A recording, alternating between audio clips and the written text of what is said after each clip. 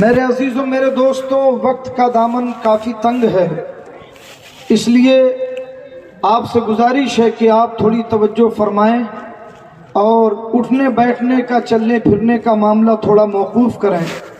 بہت اہم مقصد کے تحت اہل جلسہ نے اس جلسے کو منعقد کیا ہے، اور جب تک کسی کام کا مقصد پورا نہ ہو یہ سمجھیں کہ وہ کام نامکمل ہوتا ہے۔ اس لیے آپ حضرات پوری دل جمعی کے ساتھ، توجہ کے ساتھ اور خلوص و للہیت کے ساتھ بیٹھیں۔ ایک بار اور محبت سے درود شریف پڑھ لیں۔ اللہم صلی علی سیدنا و مولانا محمد معدن الجود والکرم وعلی آلہ و صحابہ بارک وسلم صلاۃ و سلام علیک یا رسول اللہ۔ الحمدللہ ہم اہل سنت و جماعت ہیں۔ ارے کہیے نا الحمدللہ۔ اللہ کا شکر ہے کہ ہم اپنے اسلاف کے سچے ماننے والے ہیں۔ اللہ تبارک و تعالی اہل سنت کو ساری دنیا میں کامیابی عطا فرمائے اور تمام باطل فرقوں اور بد مذہبوں سے ہمیں محفوظ و معمون فرمائے۔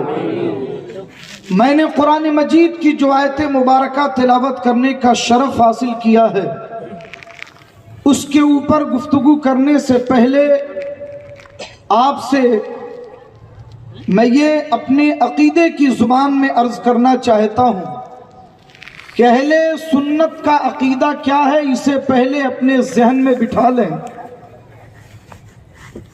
اہل سنت کا عقیدہ جو 1400 سال سے اب تک اور صبح قیامت تک قطعی ہے، اجماعی ہے، وہ یہ ہے کہ انبیاء کرام اور رسولان کرام کے بعد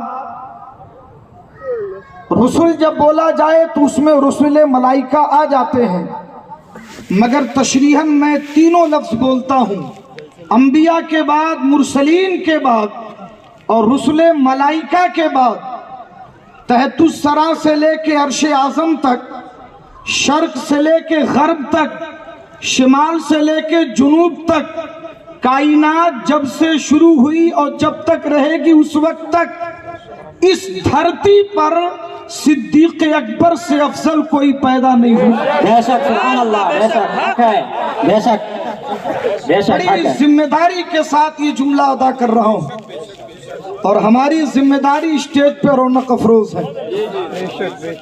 ایک صحیح النسب سید کے سامنے میں اپنے عقیدے کی ترجمانی کر رہا ہوں، بلکہ حضرت ہی کے گھر کے عقیدے کی ترجمانی کر رہا ہوں۔ حق ہے، حق ہے۔ تو یہ عقیدہ ہے کہ اس استثناء کے ساتھ اس دھرتی پر صدیق اکبر سے افضل کوئی پیدا نہیں ہوا، اور صدیق اکبر کے بعد حضرت عمر سے افضل کوئی پیدا نہیں ہوا، اور حضرت عمر فاروق کے بعد حضرت عثمان غنی سے افضل کوئی پیدا نہ ہوا، اور عثمان غنی کے بعد مولائے کائنات سے افضل کوئی پیدا نہیں ہوا۔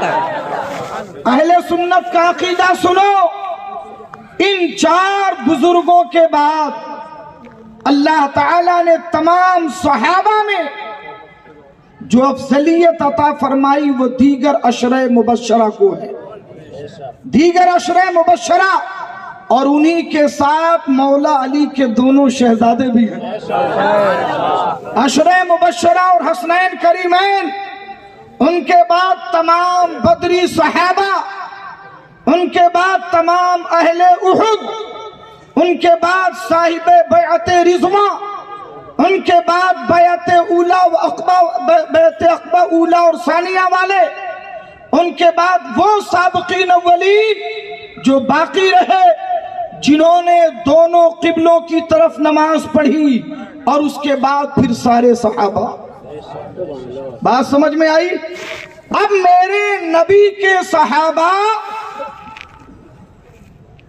چاہے حضرت سیدنا صدیق اکبر ہو یا وہ صحابی رسول جس نے ہمارے نبی کو صرف ایک مرتبہ ایمان کی حالت میں دیکھا اور ایمان کی حالت میں دنیا سے رخصت ہو گیا۔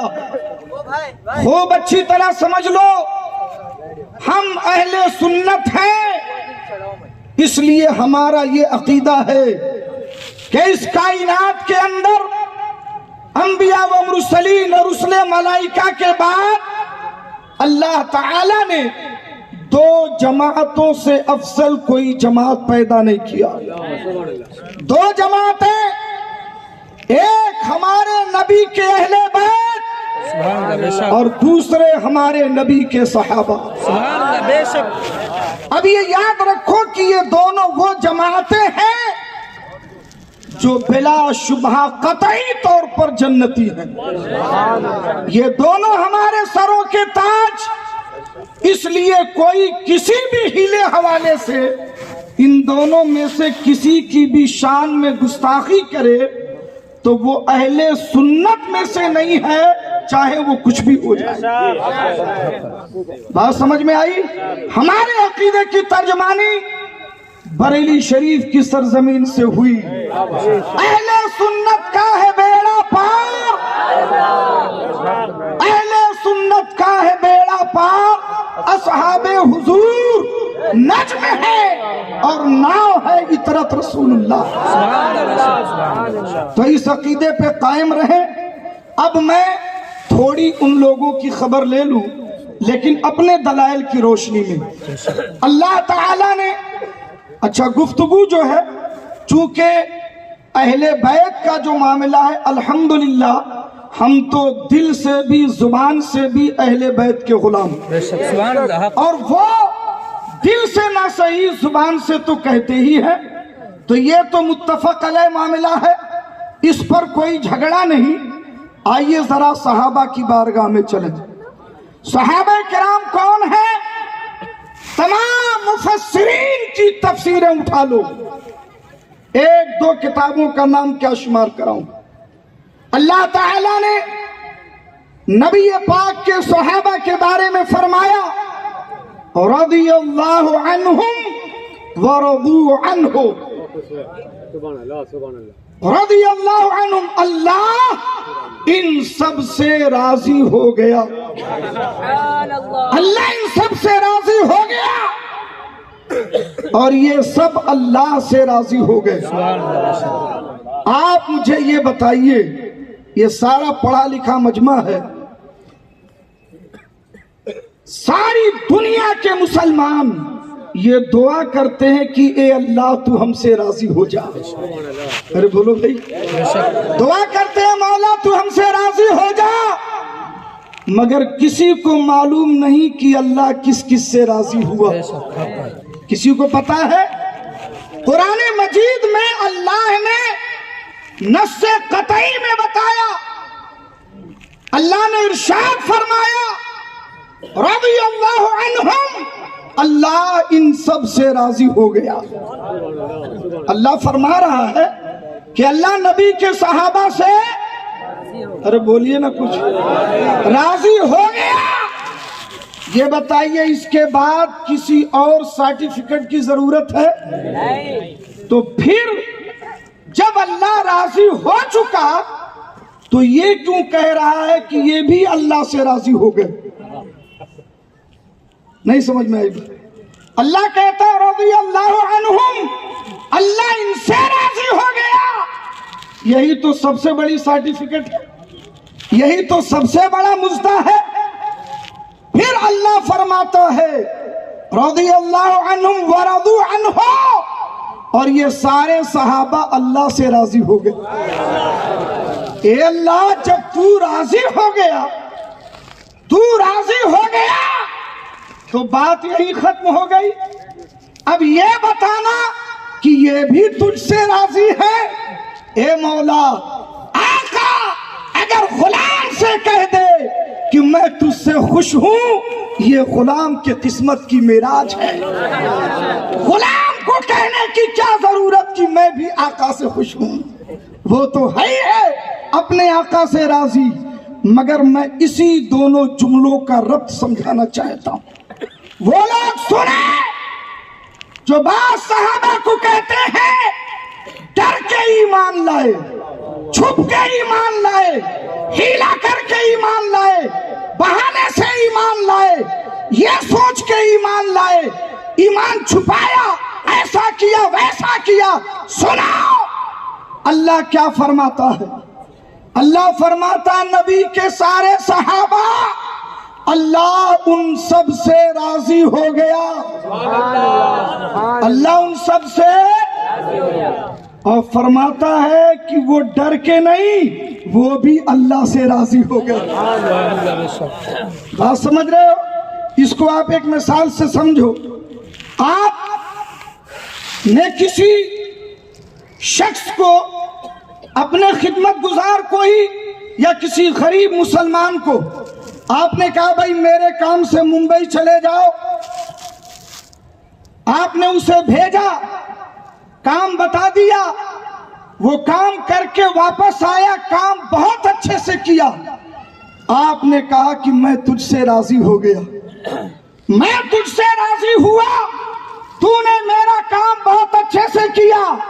مگر کیا پتا کہ وہ غریب بھی آپ سے راضی ہے. ہو سکتا ہے آپ کے کہنے کی وجہ سے مجبوری میں چلا گیا تھا, ہو سکتا ہے گیا تو تھا مگر آپ کے رتبے کے خوف کی وجہ سے گیا تھا, ہو سکتا ہے آپ سے کچھ پانے کی لالچ میں گیا تھا. اللہ تبارک و تعالی فرماتا ہے یہ جو ہمارے نبی کے صحابہ ہیں ان میں ایسی بات نہیں, میں ان سے راضی ہوا اور یہ سب ہم سے راضی ہو گئے. بات سمجھ میں آئی نہیں آئی؟